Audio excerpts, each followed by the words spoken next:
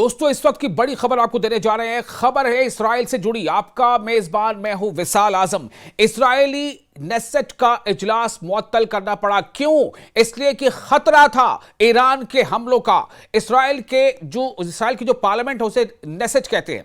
तो इस्राइली नेसेट का इजलास मुअत्तल करना पड़ा। ईरान की जानिब से बड़े पैमाने पर मिसाइल हमले हुए हैं। मंगल की सुबह ईरान के मिसाइल हमलों ने मकबूजा इलाकों में शदीद खौफ और हिरास फैला दिया है, सनसनी फैला दी है, दहशत फैला दी है। ईरान का नाम सुनते ही इस्राएली डरने लगे हैं, जिसके नतीजे में नेसेट का इजलास मुअत्तल करना पड़ा। एक बड़ी खबर, सैकड़ों मकामात पर सायरन बजने लगे, जबकि बड़े पैमाने पर हमलों ने वसती इलाकों को निशाना बनाया, जिससे तेल अवीव और बीर शैबा में वसी पैमाने पर नुकसान हुआ है।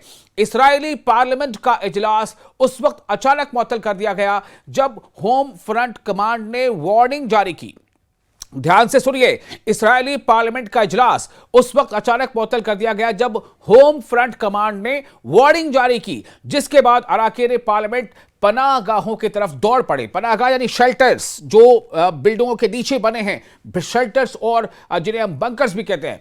तो इस्राएली मीडिया रिपोर्ट्स के मुताबिक, इस्राएली मीडिया की रिपोर्ट के हवाले से खबर दे रहे हैं, वसती इस्राएल की जानिब, वसती यानी सेंट्रल इस्राएल की जानिब ईरान का हालिया मिसाइल हमला 28 फरवरी को शुरू होने वाली जंग के बाद से अब तक का सबसे बड़ा हमला बताया जा रहा है। जो इस्राएली अखबार है जिसका नाम है हॉट्स, इस्राएली अखबार हॉट्स के मुताबिक तनाज़े के 25वें दिन भी ईरान की जानिब से इस्राएल पर मुसलसल बमबारी जारी है। तेल अवीव में एक इमारत पर बराह रास्त हमला हुआ, जिससे शदीद तबाही हुई।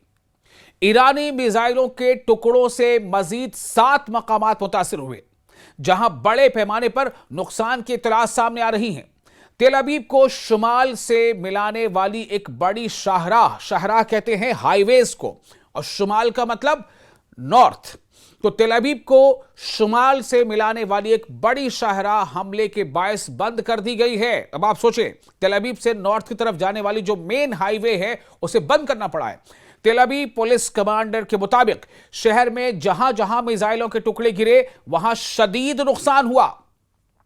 इस्राएली मीडिया ने बीर शेबा, मगरिबी नेगियो और अराद के इलाकों में भी शदीद धमाकों की इत्तला दी है। जो खबरें आ रही हैं, जो रिपोर्ट्स आ रही हैं, उसके मुताबिक एक ईरानी मिसाइल बीर शेबा में गिरा, जिसके बाद जुनूबी इलाकों में मुतासरा मकामात पर तलाश और इमदादी टीमें रवाना की गई। एक अलहदा वाक़े में इस्राएली मीडिया के मुताबिक बतियाम में एक इस्राएली रिजर्व फौजी पनाहगाह के अंदर मुबैना तौर पर खुद को गोली मारने के बाद मुर्दा पाया गया है। यह भी खबर सामने आ रही है। ईरानी अफवाज अब तक अमरीकी इस्राएली जारहियत के जवाब में तकरीबन 80 मरतबा मिसाइलों और ड्रोन्स के हमले कर चुकी हैं। 80 मरतबा, जो 28 फरवरी से शुरू हुई थी। ईरानी हुक्काम बारहा खबरदार कर चुके हैं कि ईरानी तंसीबात पर, यानी जितने भी ईरान के इंफ्रास्ट्रक्चर्स हैं, ईरानी तंसीबात पर मजीद हमलों की सूरत में रद्द अमल को, यानी रिएक्शन को, रिटेलिएटरी वॉर को मजीद वसअत दी जाएगी। रिटेलिएटरी एक्शन को, जिसमें आबनाए हुर्मुज यानी स्ट्रेट ऑफ हुर्मुज की मुकम्मल बंदिश भी शामिल हो सकती है। यानी अभी तो फिलहाल यह है कि कुछ जहाजों को पार कराया जा रहा है आबनाए हुर्मुज से, लेकिन यह कहा जा रहा है कि अगर जो ईरान के तंसीबात पर, खासतौर से जो अवाम से जुड़े तंसीबात है, पब्लिक सप्लाई से जुड़ी तंसीबात है, उनको अगर अटैक किया गया तो इसके मजीद, यानी कि बहुत ज्यादा बढ़कर इसका हर्जाना भुगतना पड़ेगा इस्राएल और अमेरिका को। यह वार्निंग दी जा रही है। अमेरिका और इस्राएल के उन दावों के बावजूद कि उन्होंने ईरान की फौजी सलाहियतों को तबाह कर दिया है, ईरान की जानिब से ये ताकतवर जवाबी कार्रवाइयां जारी हैं। यानी सीधे सीधे डोनाल्ड ट्रंप हो या नेतन्याहू, अगर उनका यह दावा था कि हमने ईरान की फौजी ताकत को नुकसान नहीं पहुंचाया बल्कि उसे तबाह कर दिया, तो उसके बावजूद अगर ईरान इतने बड़े हमले कर रहा है तो ये क्या बताता है? क्या बताता है? ये बहुत बड़ा सवाल है। और आप सोचें, जिस अमेरिका और ईरान ने इस बात का दम भरा था कि 24 घंटे में ईरान को सबक सिखा देंगे, क्या हुआ? लगभग 1 महीना गुजरने को है, 1 महीना गुजरने को है, और ईरान ने ऐलानिया हमला किया है।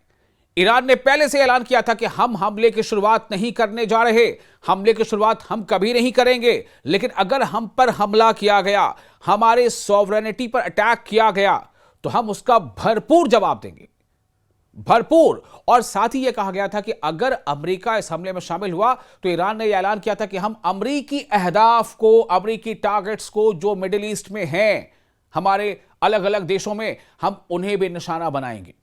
जैसा ईरान ने कहा था वैसा ईरान ने किया। ईरान के जो रहनुमा हैं, ईरान के जो फौजी कमांड के सरबराह हैं, वो इस बात को भी दोहरा रहे हैं कि अमेरिका और इस्राएल ने स्कूलों पर हमला किया, हमने नहीं किया। अमेरिका और इस्राएल ने स्कूलों पर हमले करके छोटी छोटी बच्चियों को मारा, जिनमें 170 से ज्यादा बच्चों के इलाका शामिल है, हमने ऐसा नहीं किया। अमेरिका और इस्राएल ने अस्पतालों को निशाना बनाया, अस्पतालों में मरीजों को तकलीफ उठानी पड़ी, कईयों की मौत हो गई, कई मेडिकल अमले की मौत हो गई, लेकिन हमने यानी ईरान ने ऐसा नहीं किया। ईरान ने अस्पतालों को निशाना नहीं बनाया। यह ईरान के फौजी सरबराहान की तरफ से कई अलग अलग बयान सामने आ चुके हैं कि जिस तरह से अमेरिका और इस्राएल जंग की जो खिलाफ वर्जियां लगातार कर रहा है, जंग के दौरान जो इंटरनेशनल लॉज हैं उसकी खिलाफ वर्जी करते हुए स्कूलों पर हमले कर रहा है, अस्पतालों पर हमले कर रहा है, हम ऐसा नहीं कर रहे हैं। लेकिन अगर हमारे ऐसे सिस्टम्स पर जो अवामी फलाह के मराकज हैं, वाटर सप्लाई सिस्टम है, अगर ऐसे मराकज पर हमले होंगे तो फिर ईरान उसका उसी तरह से जवाब देगा। आपको याद है ना, जब ईरान के एक बहुत बड़े ऑयल रिफाइनरी पर अमेरिका का हमला हुआ था, बाद में हालांकि अमेरिका ने कहा कि यह हमला इसराइल ने किया और इसराइल ने इस हमले को करने से पहले अमेरिका को जो है वो इत्तला भी नहीं किया था। ये डोनाल्ड ट्रंप का कहना था, अब क्या सच्चाई वही जाने, लेकिन हमला तो हुआ।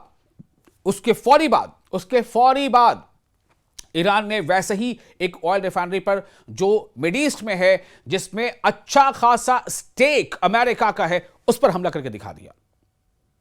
और इसीलिए ईरान ने पहले से कहा है कि अगर आप जिस तरह के तनसीबात पर हमला करेंगे, जिस तरह के अहदाफ पर हमला करेंगे, हम भी ठीक वैसे अहदाफ पर हमला करेंगे। आपको याद होगा एक खबर यह भी आई थी कि ईरान के न्यूक्लियर साइट पर भी हमला हुआ। जवाब में क्या हुआ? इसराइल के डिमोना में ईरान ने हमला कर दिया और डिमोना के साथ साथ अराद में हमला कर दिया और जबरदस्त नुकसान पहुंचाया।